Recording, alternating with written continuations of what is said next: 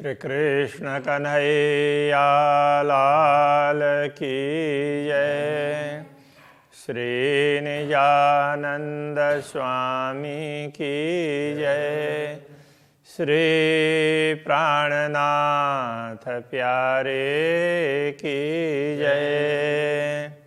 दिल मोमिन अरस तन बीच में उन दिल बीच ए दिल कहने को ए दिल है अरस दिल अशाला है असर से दिल असल।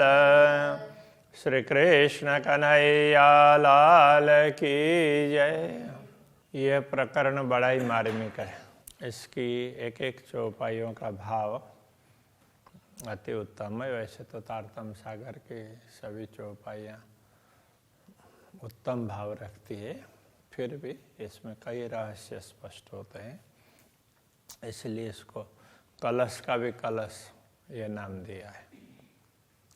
तो हक नजीक कया रूहन को और नूर नजीक फिरस्तन। इसलिए ब्रह्मात्माओं को पूर्ण ब्रह्म परमात्मा के निकट रहने वाली ऐसा कहा है। उसी प्रकार ईश्वरीय सृष्टि को भी अक्षर ब्रह्म के निकट रहने वाली ऐसा कहा है। और आम खलक देखन को जो कहे जुल्मत चेतन। शेष आम खलक सामान्य जीव हैं, वो सब देखने मात्र के लिए सृष्टि को, ये खेल को, उस खेल संपादन के लिए है, उनकी दूसरी विशेष भूमिका नहीं होती है। जो कहे जुल्मत से तन, तो जिनका असली दिव्य धाम में नहीं है तो शून्य निराकार को असली समझते हैं, इस प्रकार कहा है। तो कुछ ग्रंथों में ऐसा कहा है, सभी ग्रंथों में इस प्रकार से नहीं है। ये तीनों गिरो कही जायरा पर ये बीच मार्फत रहा। तो ये तीनों प्रकार की आत्माएं, तीनों प्रकार की आत्माओं का समूह स्पष्ट रूप से बताया गया है। उनमें से एक का तात्पर्य यहाँ ब्रह्म सृष्टि। तो ये बीच मार्फत रहा, मार्फत रहा के बीच में, मार्फत रहा का तात्पर्य पूर्ण ब्रह्म परमात्मा की पहचान के मार्ग के अंतर्गत ब्रह्मात्मा ही हैं, वही पहचानती है। ए कलाम अल्लाह में बेवरा यूं ही कया रूह अल्लाह। तो अल्लाह कलाम में इस प्रकार का विवरण दिया है। अब अल्लाह कलाम कहेंगे तो मुसलमानों के लिए अल्लाह कलाम कुरान, कतेब ग्रंथ, और सनातन हिंदू धर्मावलंबी के लिए ब्राह्मी वचन, जितने भी श्रुति ग्रंथ वगैरह हैं, श्रुति स्मृति पुराण, तो ये है। अब कतेब परंपरा में उसमें भी काफ़ी विभाजन है। मुस्लिम अलग मानते हैं, क्रिश्चियन अलग मानते हैं, यहूदी अलग मानते हैं, वो एक ही परंपरा। तो इसी प्रकार से सनातन धर्म में भी विभिन्न प्रकार के विभाग हैं। तो उनमें तो थोड़ा थोड़ा मत अंतर है, किंतु सभी श्रुति स्मृति और पुराण से परिचित हैं और सबको उनका प्रमाण चाहिए होता है। इसलिए कहते हैं, तो ये धर्म ग्रंथों में, वेद कतेब आदि ग्रंथों में इस प्रकार का विवरण दिया है। यूं ही कया रूह अल्लाह। तो इस बात को सदगुरु श्री देवचंद्र जी ने प्रकट होकर के स्पष्ट करके बता दिया। बाकी तो लिखा तो पहले से ही था, तो उसको स्पष्ट करने वाले तो कोई चाहिए ना, तो सतगुरु ने ये किया है। पर आम खलक ना समझे जाके पैदाश कही जुल्मत। जिनकी उत्पत्ति ही शून्य निराकार से जो लोग अपनी उत्पत्ति अपना मूल ही शून्य निराकार मानते हैं, उनको इस विषय में पता नहीं चलता है। इल्म लुदन्नी से जानत रुआ मोमिन बीच बाहेदत। तो ब्रह्मात्माएं कैसी है कि अद्वैत भूमिका के रहने वाली है, इसलिए उनको ही ब्रह्म ज्ञान तारतम्य ज्ञान से इस बात की पहचान हो सकती है, वो समझ सकती है इस रहस्य को।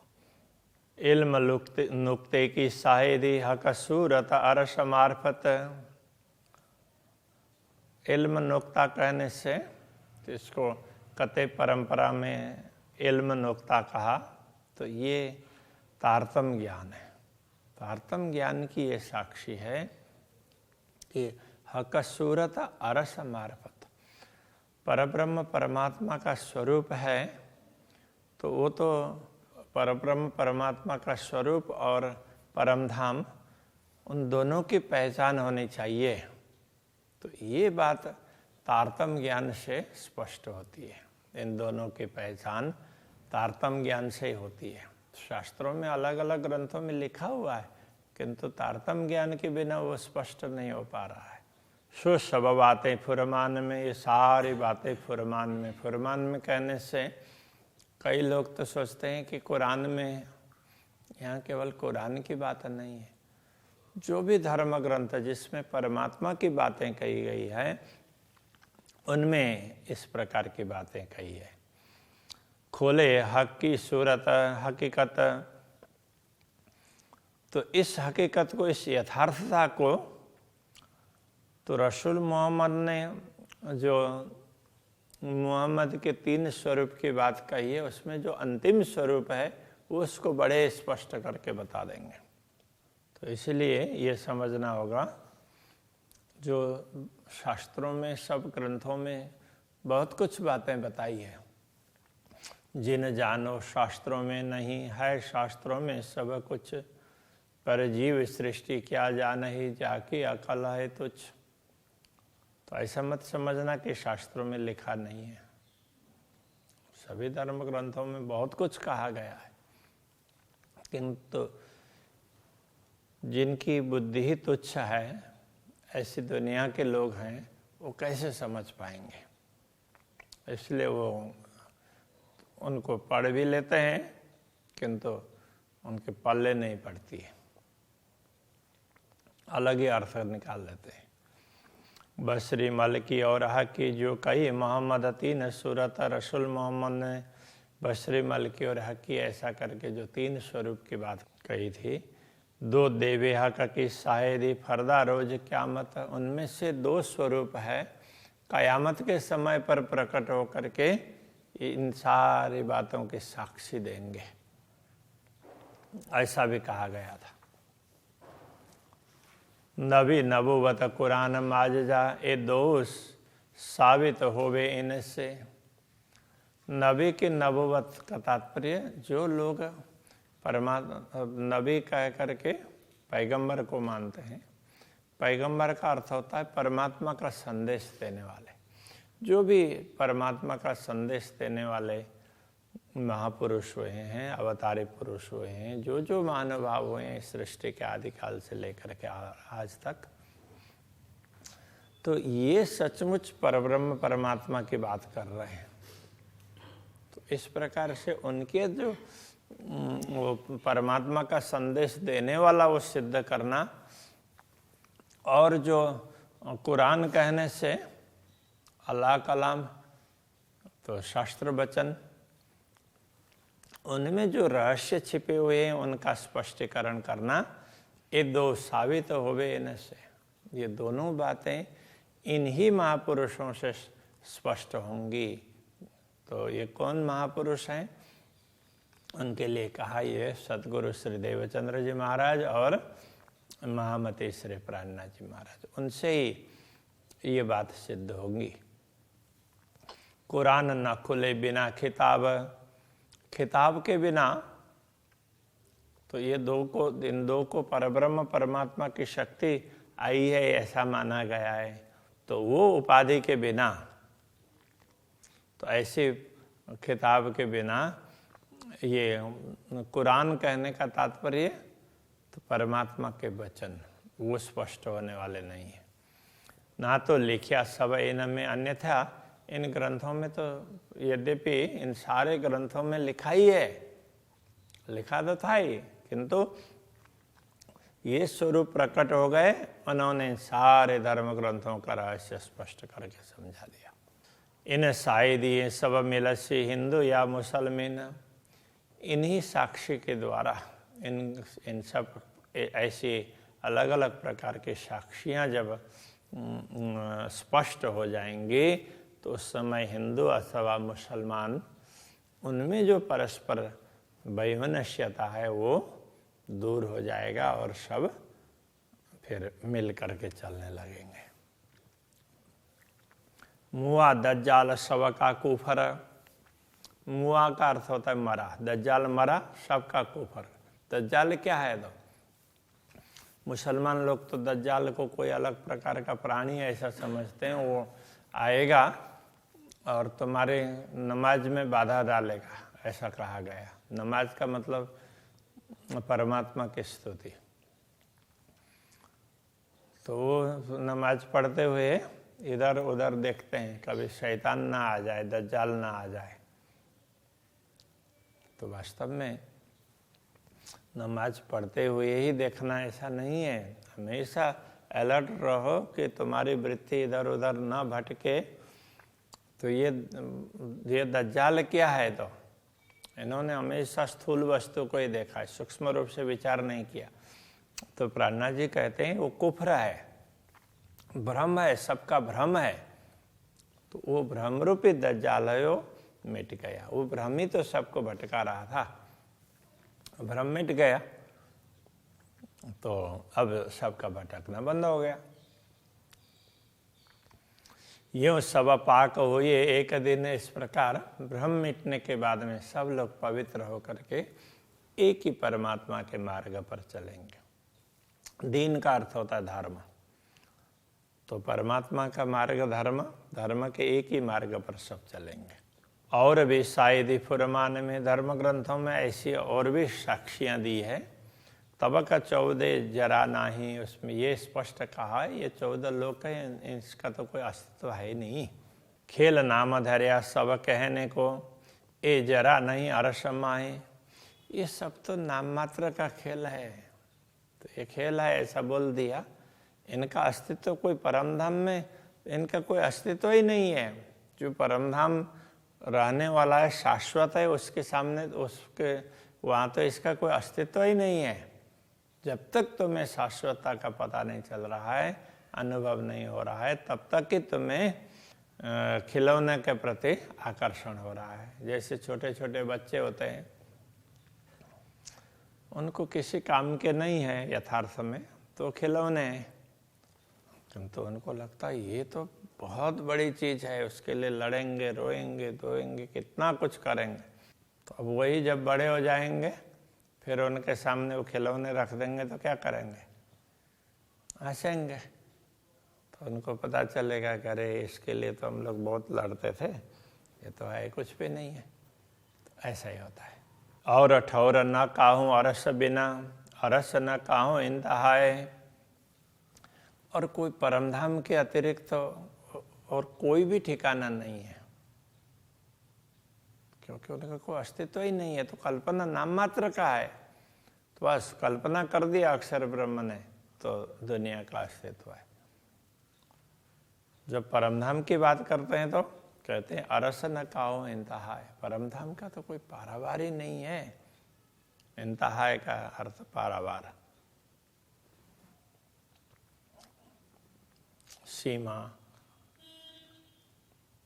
परमधाम का कोई पारावारी नहीं है। जो आप कछुए है नहीं, तिन क्यों अरस नजरों आए। जो दुनिया की सृष्टि वास्तव में कुछ भी नहीं है, वो कल्पना की है, तो उनकी दृष्टि में परमधाम कैसे आएगा? इसलिए वो परमधाम को कल्पना कहते हैं। ये अरस देखे रूह मोमिन, ऐसे परमधाम को तो ब्रह्मात्मा ही देखती है, जो उतरे नूर बुलंद से, वही उस ऊंचे धाम से अवतरित हुई है। नाई क्यों देखे है को, अन्यथा ये जो नहीं नश्वर जगत के लोग, नश्वर लोग शाश्वत को नहीं समझ सकते हैं, नहीं देख सकते हैं। ये तो जाहिर है लिखा किताबों में, तो ग्रंथों में, धर्म ग्रंथों में ये बातें स्पष्ट लिखी गई है। बांजा पूत फूल आकाश और शशक सिंह, तो इनके लिए कहीं बंध्या पुत्र ऐसा कहा, और बंध्या पुत्र नाम के लिए है, यथार्थ में तो पुत्र होता तो बंध्या ही नहीं होती ना, तो पुत्र होता ही नहीं है बंध्या का। फूल आकाश, आकाश में कोई फूल होता नहीं है, वो बादलों में कहीं ऐसी आकृति दिख गई हो तो दिख सकती है, यथार्थ में फूल होता नहीं है आकाश पुष्प। और शशक सिंह, और इसके लिए कई ग्रंथों में शशक सिंह ऐसा भी कहा, शशक श्रृंग। शशक का तात्पर्य खरगोश, ससला, उसके सिंह होते ही नहीं है, ऐसे वो बोल दिया तो उसके बाल थोड़े से उठ गए होंगे तो उसको सिंह किसी ने बोल दिया, तो ऐसे कल्पना की हुई बातें हैं, यथार्थ में कुछ भी नहीं है। और मान लिया तो फिर कल्पना कर ली तो सिंह भी आ गए, ऐसा है, वो मान्यता क्या होती है। कया वेद कतेब में भंग न कछु अभंग, वेद कतेब में ये कहा है, तो ये सब ये जो कुछ भी दिख रहा है ये सब भंग का तात्पर्य नाश होने वाला है। न कछु अभंग, कोई अविनाशी नहीं है, जो कुछ तुम देख रहे हो ये सब नाशवान है।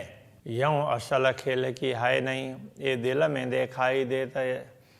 यथार्थ में असल है, वो खेल में नहीं है, तो ये खेल है, तो असल में ये खेल का भी कोई अस्तित्व नहीं, खेल का कोई अस्तित्व ही नहीं है यथार्थ में, तो है क्या, तो उसके लिए कह रहे हैं ये दिल में दिखाई देते हैं, तो मात्र ब्रह्मात्मा उनको दिखाई दिया, तो बोला उनको बोला तुम्हें मैं दिखाऊं, तो दिखा दिया, बस इतना ही है, बाकी कुछ भी महत्व नहीं है।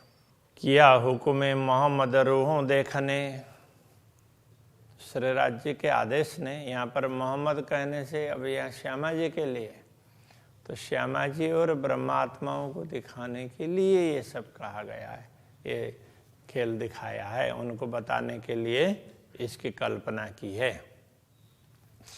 तो भीष्ट में इन्हों को लेता, इसीलिए अब श्यामा जी और परमात्माओं के लिए जो दिखाया तो उसको भी अखंड कर दिया, इसलिए उसको भी वैष्णव में स्थान दे दिया। हक हुकुम सब बेवरा किया वास्ते आदि रूहन, तो पूर्ण ब्रह्म परमात्मा के आदेश ने ही ये सारा विवरण दिया है, वो भी हादि और रूह श्यामा जी और परमात्माओं के लिए ये सारा विवरण दिया है।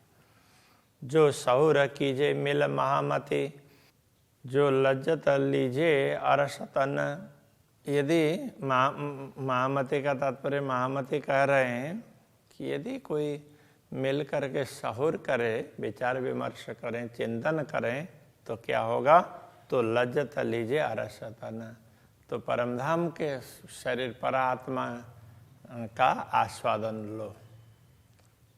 तो कहने का तात्पर्य परात्मा का अनुभव कर लो, तो हमारा मूल तो परात्मा है, तो बस उसकी दृष्टि से देख लो, तो हमेशा आनंद ही आनंद का अनुभव होगा। तो अभी यहीं रखते हैं। श्री कृष्ण कन्हैया लाल की जय।